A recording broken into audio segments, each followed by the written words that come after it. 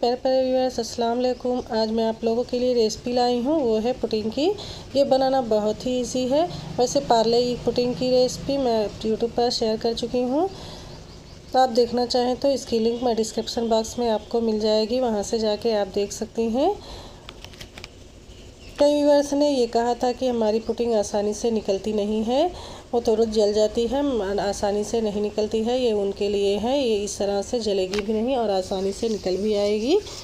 ये बनाना बहुत इजी है, तो इसे आप वीडियो में देख सकती हैं। और इसका फाइनली लुक देखिए, कटने के बाद भी ये कितनी प्यारी, कितनी अच्छी, कहीं से जली भुनी नहीं है, कितनी प्यारी है। तो चलिए हम शुरू करते हैं बनाना।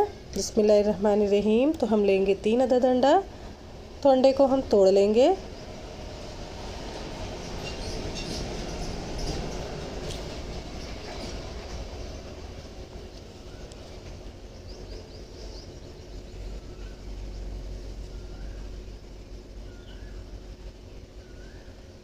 तो ये 3 अदद अंडे टूट गए हैं, तो इसे मैं इस तरह से मिक्स कर लेंगे अच्छी तरह से। इसे आप जितना ज़्यादा मिक्स करेंगे उतना ही अच्छा है। अब इसमें हम डाल देंगे शक्कर।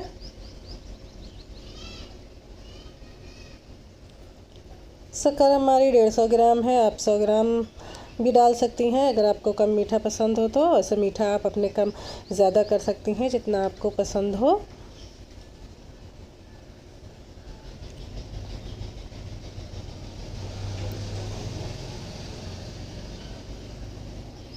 अब इसको मिक्स करने के बाद हम एक तरफ कर देंगे और लेंगे दूध। ये दूध है आधा लीटर, तो इसमें से हम थोड़ा सा दूध एक प्याली में निकाल लेंगे।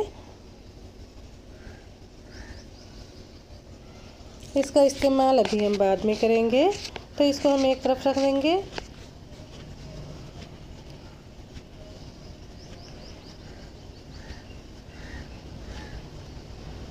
तो ये रस्क है तोस, जो कि इजीली हमें मार्केट में मिल जाता है, अक्सर हमारे घरों में होता भी है। ये 10 रुपीज़ का आसानी से मिल जाता है। तो ये पुडिंग में बहुत ही अच्छा होता है डालने के लिए। तो ये पूरी पैकेट हम इसमें डाल देंगे। आधा लीटर दूध में एक पैकेट ये पूरा आ जाता है। वैसे आप कोई भी डाल सकती हैं तोस।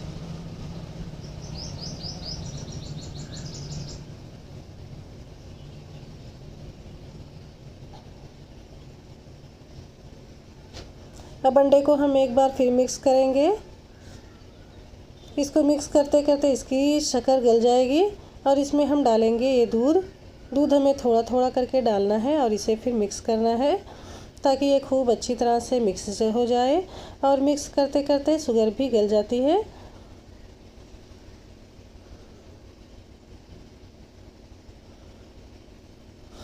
अब बाकी बचे हुए दूध भी हम इसमें डाल देंगे और बाकी जो बचे हुए दूध हैं उसे मैं रस्क में, डुबोए हुए दूध में फिर डाल दूंगी।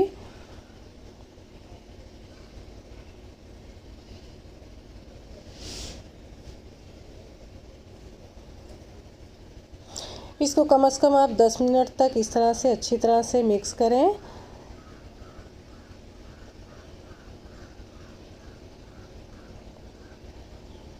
अब ये देखिए रस्क हमारे फूल गए हैं, अब बिल्कुल अच्छे से हो गए हैं सॉफ्ट। अब इसे हम किसी चम्मच या कांटे वाले चम्मच की मदद से या किसी भी चम्मच से हम इसे दबाते हुए अच्छी तरह से मिक्स करेंगे ताकि इसकी गुठलियाँ टूट जाएं। और ज़रूरी नहीं है कि ये बिल्कुल टूट जाएं, इसमें जब थोड़े थोड़े से रहते हैं तो अच्छे लगते हैं खाने में। तो इसको हम खूब अच्छी तरह से चम्मच से मिक्स कर देंगे।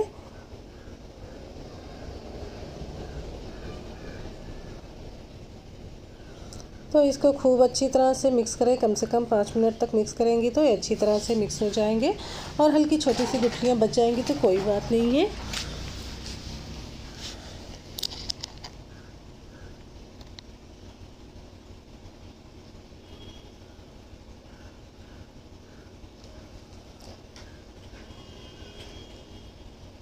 अब ये मिक्स किए हुए अंडे को भी हम इसमें डाल देंगे। पहले इस तरह से हम और मिक्स करेंगे ताकि अगर अंदर शुगर थोड़ी सी बची हो तो वो भी हमारे बर्तन में आ जाए। तो इसे हम इसमें डाल देंगे, सारी चीज़ें इकट्ठा कर देंगे। तो अब इकट्ठा करने के बाद इसको हम फिर इसे मिक्स करेंगे।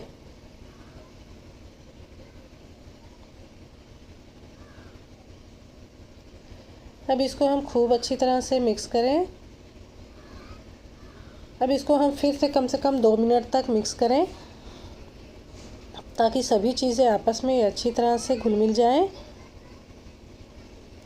और इसमें हम डालेंगे घी, 1 टेबल स्पून हम घी डाल देंगे और इसे मिक्स करेंगे। जब अच्छी तरह से मिक्स हो जाती है तभी हमें इसे में घी डालकर मिक्स करना रहता है। और अगर आपको घी जमा हुआ हो तो उसे गर्म करके डालें। घी की जगह आप रिफाइन ऑयल भी इस्तेमाल कर सकती हैं।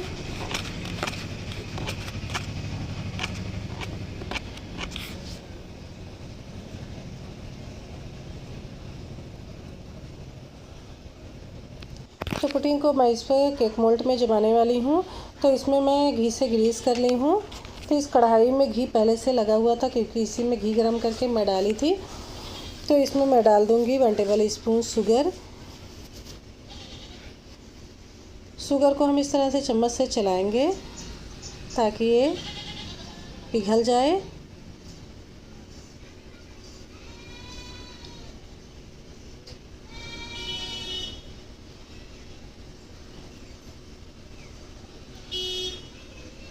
तो इसे हम बराबर चलाते रहेंगे और इसमें डाल देंगे थोड़ा सा पानी, बहुत थोड़ा सा पानी। आप वीडियो में देख सकती हैं मैं कितना थोड़ा सा पानी डाली हूँ। अब इसे हम पकाएंगे ताकि ये शुगर अच्छी तरह से गल जाए। गलने के बाद अब इसका कलर कैसे करना है इसे आप वीडियो में देख सकती हैं।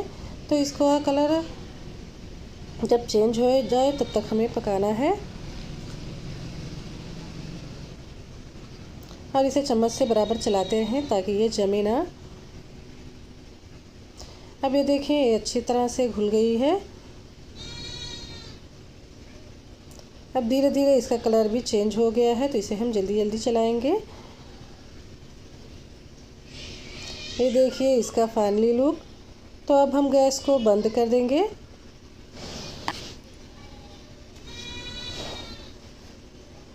और इसको हम एक कपड़े की मदद से पकड़कर केक मोल्ड में डाल देंगे। इसमें घी पहले से लगा हुआ है। केक मोल्ड में घी को ज़रूर लगाएं ताकि केक निकलने में आसानी हो।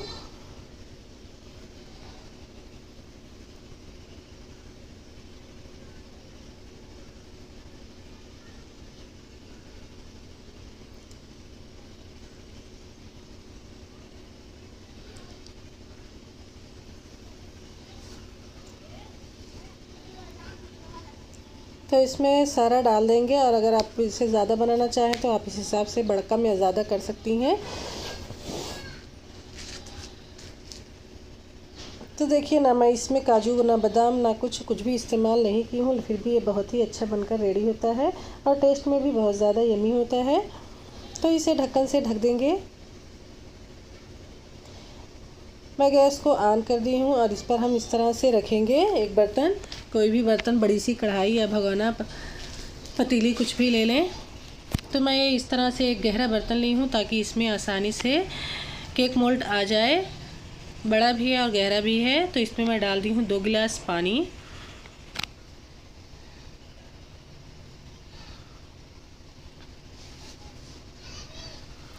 अब इसमें हम डाल देंगे स्टैंड। आप स्टैंड डालें या मेरी तरह प्लेट ही डाल दें या कोई प्याली वगैरह डाल दें। तो प्याली वगैरह डालने से ज़्यादा ऊंचाई हो जाती है तो केक मोल्ड जो है ढक नहीं पाता है अच्छी तरह से, इसलिए मैं प्लेट का इस्तेमाल की हूँ।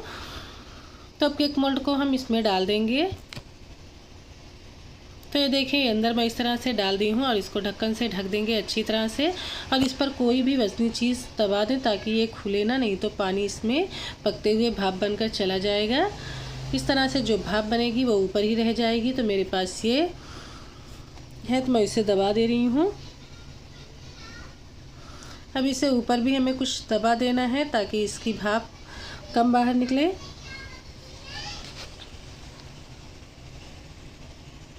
इसको कम से कम 1 घंटे के लिए पकने के लिए छोड़ दें। तो ये आधा घंटा हो चुका है। तो चलिए बीच में हम चेक कर लेते हैं। तो ये देखिए इसमें भाप बनकर सारी ऊपर है। तो इसे हमें इस तरह से खोलना है कि साइड में पानी गिर जाए। केक मोल्ड में ना जाए। आधा घंटा के बाद इसका लुक कुछ इस तरह से है, इसको हम चेक करेंगे। तो इसको चेक करने का तरीका ये है कि आप 3 स्टिक ले लें। तो इसमें इस तरह से देखें, जब दूध जैसा लगे तो समझे कि ये अभी नहीं हुआ है, इसे हमें और पकाने की ज़रूरत है। तो इसे हम फिर से ढक देंगे। वैसे मैं ढक्कन को पलट कर ढक दे रही हूँ ताकि ये पकने के बाद बहुत ज़्यादा मोटा हो जाता है। तो इसे खूब अच्छी तरह से बैठा के बराबर से इस पर से हम इसे दबा देंगे ताकि इसका ढक्कन खुले ना, और फिर ऊपर से बड़ा सा ढक्कन लगा के इसको ढक देंगे और इसे दबा देंगे और आधे घंटे के लिए छोड़ देंगे। तो चलिए आधा घंटा हो चुका है, तो हम फिर चेक करते हैं। ये देखिए भाप से ये आधा ढक्कन खुल गया है। तो इसे हम धीरे से ऊपर से उठा लेंगे और इसके ढक्कन को खोलकर देखते हैं कि ये कैसा बना है।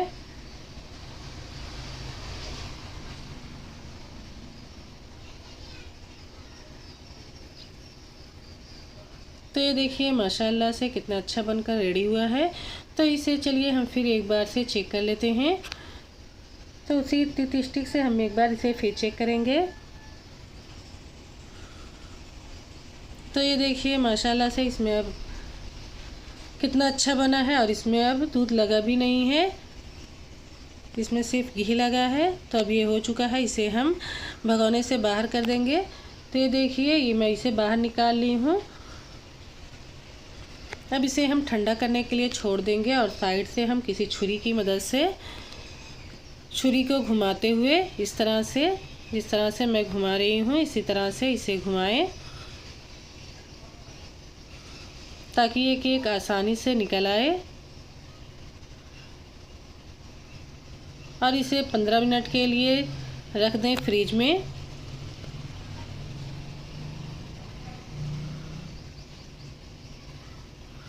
और अगर फ्रिज में ना डालना चाहें तो कम से कम इसे आधा घंटा के लिए छोड़ दें। तो ये ठंडा होने के बाद कुछ इस तरह से है। ये देखिए अब ये ठंडा होने के बाद थोड़ा सा दब गया है। तो इसे हम एक प्लेट में सर्व करेंगे।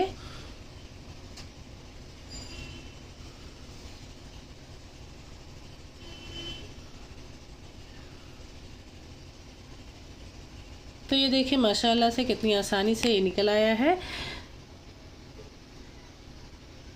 इसमें टाइम ज़रूर लगती है लेकिन ये बहुत यमी, बहुत अच्छा बनकर रेडी होता है। तो इसे अब हम कट कर लेंगे। तो चलिए इसे कट करने के बाद हम चेक कर लेते हैं कि ये कट करने के बाद कैसा लग रहा है, देखने में कैसा लग रहा है। तो बनाने के बाद अब आप बताएं कैसा बना है। जिन व्यूअर्स को ये शिकायत थी कि हमारी पुडिंग आसानी से नहीं निकलती है, ये ज़रूर आसानी से निकलेगी। इसे ज़रूर ट्राई करें, इंशाल्लाह ये आसानी से निकल आएंगी।